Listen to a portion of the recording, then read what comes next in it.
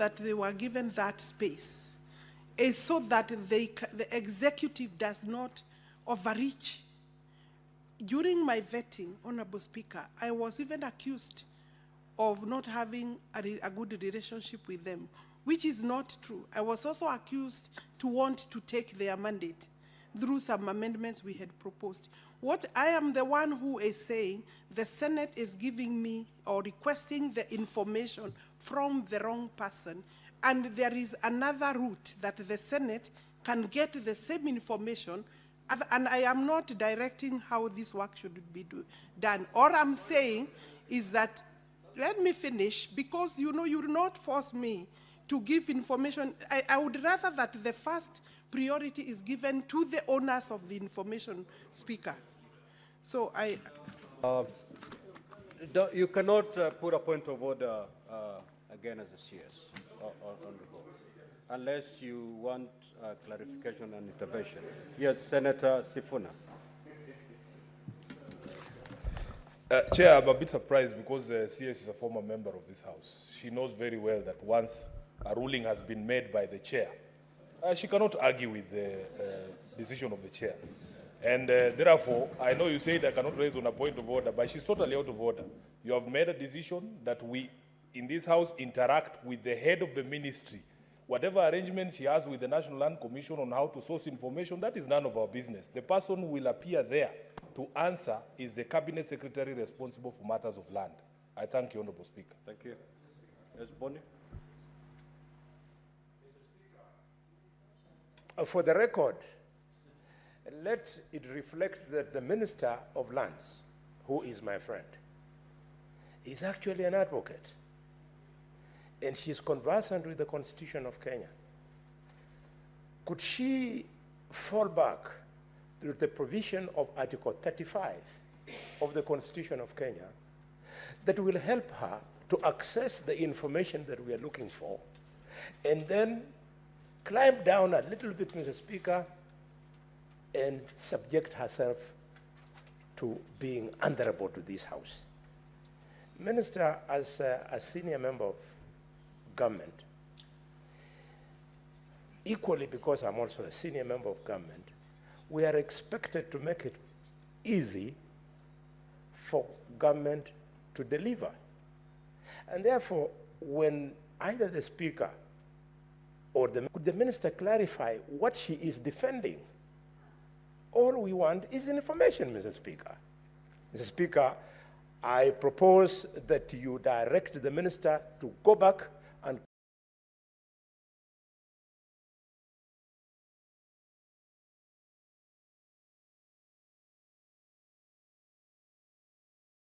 come back with a proper question, nothing less. Now, Honorable CS, I think I've already made a determination on this matter. Now, just have your seat, Honorable CS. Just have your seat. We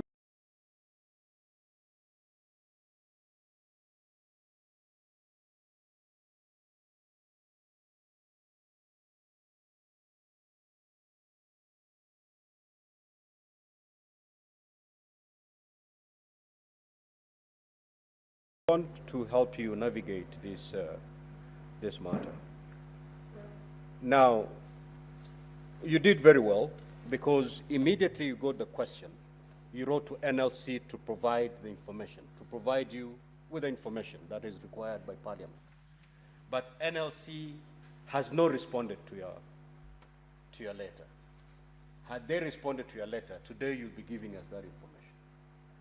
So don't take a blame where you know the person to really blame. Because one, you did the right thing.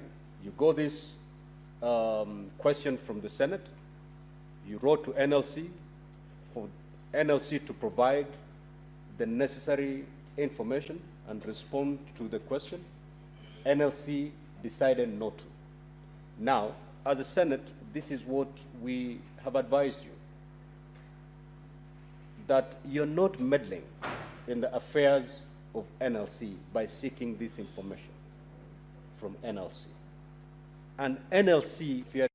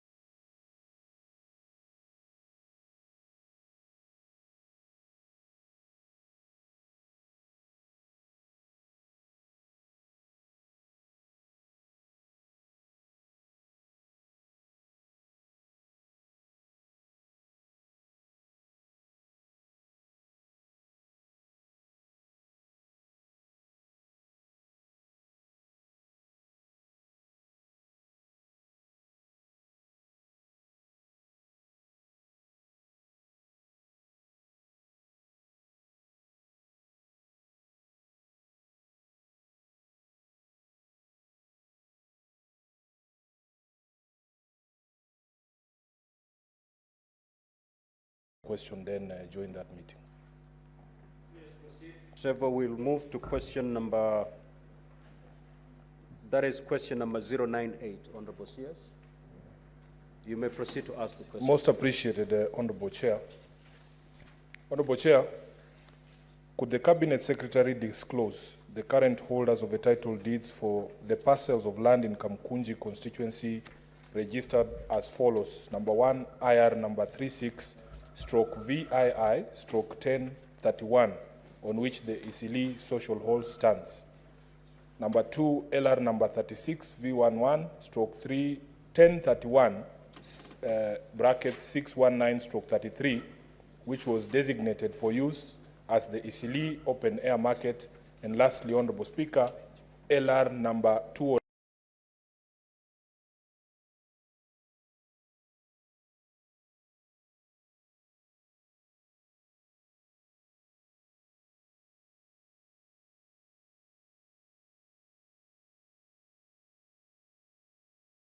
/12/2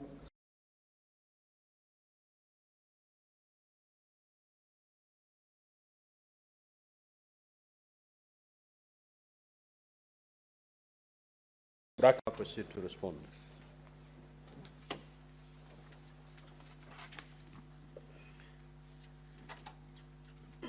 Thank you, Honorable Speaker. The question is in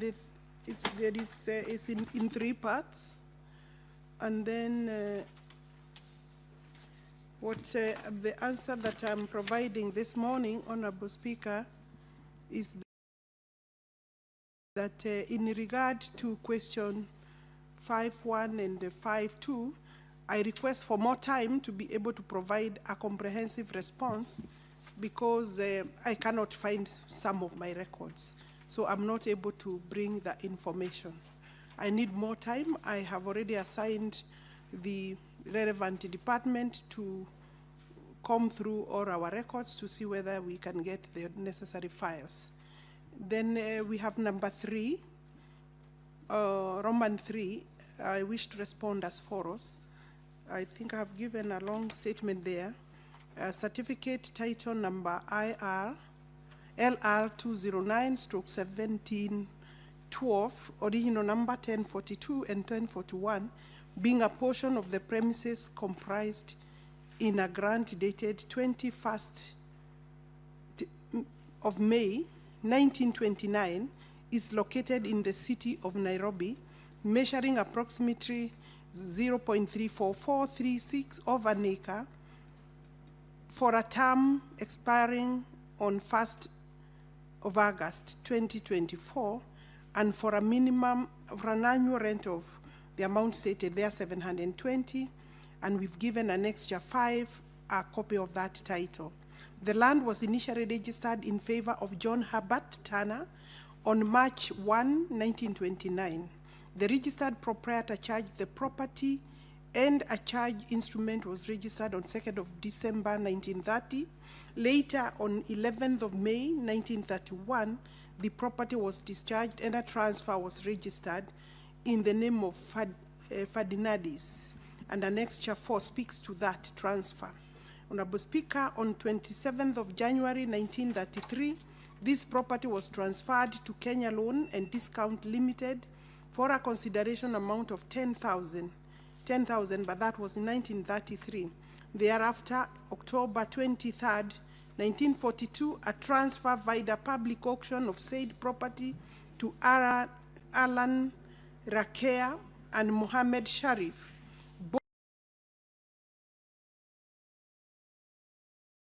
both sons of Nizam Din of Nairobi, and Firoz Din and Azin Din, both sons of Haji Faten Din of Nairobi, as tenants in common in shares. Annexure 5 has the transfer by public auction and, as evidence. Honorable Speaker, then on 26th of November 1996, a decree by civil case number 3279 of 1994 originating summons was registered against the title, and on November 17, again 1997, a vesting order or transfer was registered transferring this land to Shauri Moyo Furniture Makers Cooperative Society, freed from all encumbrances, and Annexure 6 speaks to that court order. Subsequently, then a provisional certificate of title was issued in favor of the Cooperative Society, Shauri Moyo Furniture Makers Cooperative Society Limited, in 1998, 14th of May. Honorable Speaker, then on 22nd of May 2002, another vesting order was issued transferring the land to several persons, that is Francis Garoya Joroge, Stephen Joroge Irongo, Josephat Mutuku Musembi, Stephen Mwangi Kemani, and Stephen Kamau Mochiri as trustees for themselves and the other plaintiffs as tenants in common in equal shares. And we have also attached Annexure 7, being the court order. Several other court orders were registered, emanating from the same suit up to and including 9th of March 2015, restraining order and prohibiting all dealings. And that order is dated 23rd of October 2019, sorry. And then and this was registered against the same title. Honorable Speaker, on May 25th of March, on May 25th, 2022, for a consideration of 130 million, this land was transferred to Mirage Supply and Contractors Limited. And since then, this property has not changed hands. My record shows that it is currently in the name of Mirage, and I think unless there is any other question, that question is fully answered. Honorable Sifuna. CS, with regards to the first two parts of my question, you have indicated that you need more time. Perhaps you could just how much. Now, Chair, I have a follow-up. Now, Chair, I have a follow-up question. The last time that the CS was before this House on the 27th of March 2024, we had a conversation here, and I was very happy with what she said regarding revocation and returning that land to I wrote to the Cabinet Secretary responsible for land, because even after her pronouncements, we could see that there was still development going on at the property. And she wrote back to me on the 13th of May 2024, saying that she's following up, and in fact that she was still, the position of the ministry was that that title was going to be revoked. So now that she's here, and she had made that promise before this House, I would want her to give the House an update on the process of revocation of the title that had been issued to a private developer over the land on which Tomboya Social Hall sits. I thank you, Honorable Speaker. Honorable CS. The first question supplementary to that is how much time I need. Sometimes it's quite difficult because I would, when a file is removed from its usual place, then it becomes a bit difficult to tell how how much time you will need, but possibly we can work with another 30 days. We can work with another 30 days. And maybe the Honorable Senator, if you have some details in respect of those parcels, you could give me for purposes of reconstruction, because if I cannot get my file, then I would be able to get useful assistance by any document that speaks to the title for purposes of reconstruction. So 30 days, we are working hard to get the file. Then the last one is on Tomboya. It is true, I think after my pronunciation, my statement to this plenary,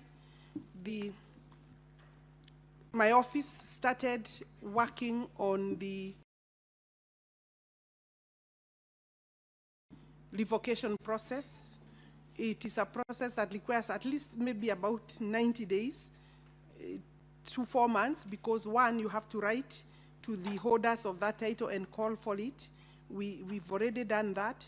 But before we could proceed with gazettement of the need to revoke, we were served with the proceedings of the High Court.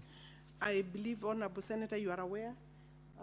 The case number, I had asked for, there is an order for status quo, but I'm still looking at ways of fulfilling what I stated on this floor. But there is a court order. These people have gone to court. They are not relenting, but the position of the ministry is that whichever way, this property is not transferable, because it's a secured and preserved space for town hall. So whichever, and we have already filed sub-statements to court to respond to that effect. So in my view, the property is still secure. The court order was this case number in the Environment and Land Court 0E053 of 2024, filed by Ngami Properties Limited against the minister and the cabinet secretary, rather. The status, the order was issued on that day, and this is maybe what is relevant, that there shall be a status quo, and we can maybe forward this. It is part of the annexures. If it is not, I will forward a copy of this order, Honorable Speaker, for record, for purposes of record. Thank you. So 30 days to get the response on question on the first limb of your question. Now, Senator Abraham Miraji, do you have any supplementary question? Where is she? Senator Mungatana, you have any supplementary question? Yes, Mr. Speaker. Proceed. Mr. Speaker, I want to thank you again for giving me this opportunity to interrogate. Mr. Speaker, the first and second questions with regard to Isli open air market and Isli social hall, the minister has asked for more time and indicated 30 days. Now, that brings the further question, because what we know is that the ministry spent a lot of resources to digitize lands records. And in fact, at some point, the ministry had indicated that Nairobi had been completed. So we just want to know what is the status as far as that about looking for a file not being in its place. What does it mean? Does it mean the whole program failed, or what is exactly the status of the digitization program? Because resources were spent, assurances were given, and now it seems we've gone back to the same many years we used to have files getting lost. Maybe the minister can clarify. I submit, Mr. Speaker. Senator Kavindu. Kindly speaker, ask her first. Let her come first and then I'll come. Let me prepare. No, it's up to me to decide the senator to speak first, and I've chosen you this time around. Okay. Mr. Speaker, my question is not in line with what is going on, but I wanted to know from the CS. And first of all, congratulations for your coming back. You've been really good on your work, and we congratulate you for your good work that you are doing. If the rest of the CSs were like you, Kenya would be good. But I wanted to know, Madam CS, Honorable CS, if it is in line with the law for a cooperative society of lands not to hold a AGM meeting for 5 years and no action is taken. I'm struggling with Katelembu land, Madam Speaker and Madam CS, and last time we were together, I also raised that issue with you. I don't know how you can assist me with Katelembu issues. Thank you, Mr. Speaker. Senator Beatrice Agola. Thank you, Honorable Speaker. Just to emphasize on the earlier concern of Senator Mungatana, is that reports have been given to us in this House about 3 counties that were where the pilot scheme for digitization of the ministry was done and was reported to have been complete. So I was wondering how then we go about looking for files. Secondly, Honorable Speaker, I wanted to know from the CS what steps the ministry is taking to secure open grounds in this city, as was in the initial development plan and on other cities too. How secure are our open grounds from encroachment? Honorable CS, you may now proceed to respond.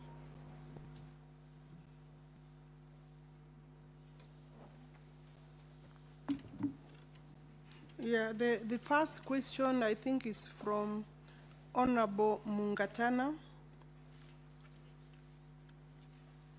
regarding digitization, how far we are.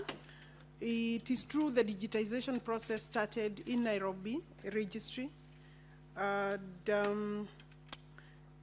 then does that not help the question of missing files?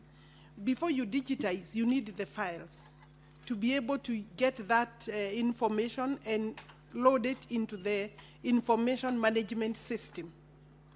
If you don't have the file, the hard copy file, then you have no information to put. So there are still a few parcels where the files are not available. The deed file, the correspondence file, if those in that hard copy material is not there, then you don't have that in the system. So that is maybe the response to why am I still speaking to a missing file. Ordinarily, for now, even when we have information in the system, because we still have the hard copies, we re-verify just to avoid any mistake. But in this particular case, we don't have any information in the information management system. That is our Adisasa, and we also can't get the hard copies. So, but we will find them. Normally, sometimes they disappear completely. And that's why I requested support from the owner of that question, Honorable Senator Sifuna, so that if we cannot get, then the people interested or the owners of the property, we request for information from them and documentation, then we'll put it in the system, and then we can be able to gazette the reconstruction and loss of the titles. And therefore, on question of then general digitization, it's work in progress. I'm in Nairobi. Nairobi is at 98%. We are also working in Murang'a. We've gone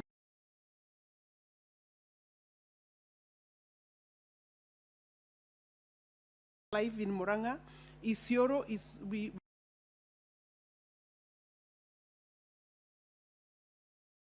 will be launching Isiolo anytime soon. It's just time availability. And then Mombasa, we are at the tail end, maybe at 80%. we obviously are a long way to go, because you know the number of registries are more than 80. Operation ones are about 70, I think 73. My lad registrar is not here today. He had another commitment, but what we are saying is that I did tell this house through the vetting that I need about 34 billion shillings to digitize the entire country. The information system is simply now at about 5 counties in terms of digitization. Because the hardest stations are Nairobi, Mombasa, Kisumu, Nakuru, and the others are, maybe in Kiambu, Murang'a. Those are where we have a lot of them, land titling has already happened. So we still need a lot of time and money. I had said if I got the budget, within 4 years, we can finish. So that's where we are.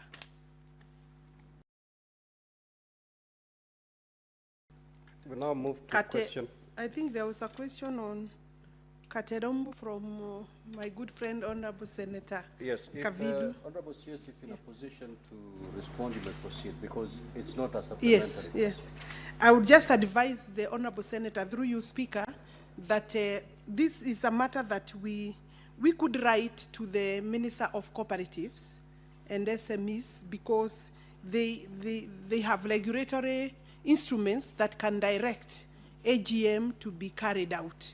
So people should not be held. Many land buying companies, like other public companies, take forever to, and they do funny businesses there. Even when they call AGM, they buy out some members and the AGM doesn't go well. But under the supervision of the government, national government, through the Ministry of Cooperative, that can be done, and done in a proper way. So we can have a conversation, but you could actually go direct to the Minister for Cooperative, and they'll be able to help that cooperative society. Thank you. If you need my support, I'm available. Thank you, Honorable CS. We will now move to question number 071 by the Senator for Kirinyaga County, Senator James Murango. You may proceed to ask your question, Senator. Thank you, Mr. Speaker, sir. Mr. Speaker, my question was, could the Cabinet Secretary state the number of persons classified as landless, commonly referred to as squatters in Kirinyaga Central Constituency, Kirinyaga County? B, what measures has the ministry put in place to ensure that all squatters across the county, and particularly those in colonial settlements, villages along Mount Kenya Forest in Kirinyaga County, are resettled? C, could the Cabinet Secretary confirm when these quotas will be settled, including when they shall be issued with title deeds? And that's my question, Mr. Speaker, sir. Honorable CS, you may now proceed to respond. Thank you. The Honorable Senator for Kirinyaga County, Senator James Murango, is requesting for information on how many people are landless, or people commonly known as squatters. I will start with that question. The classification of people as landless and commonly known as squatters is inaccurate, because landless is different from squatters. And in our view, my view, according to Oxford Learner's Dictionary, I took time to seek this so that I can also have a better clarity. The word landless is an adjective that means not owning land. Therefore, in our context, a landless person is one who does not own land. And basically, in this country, I think those are the majority.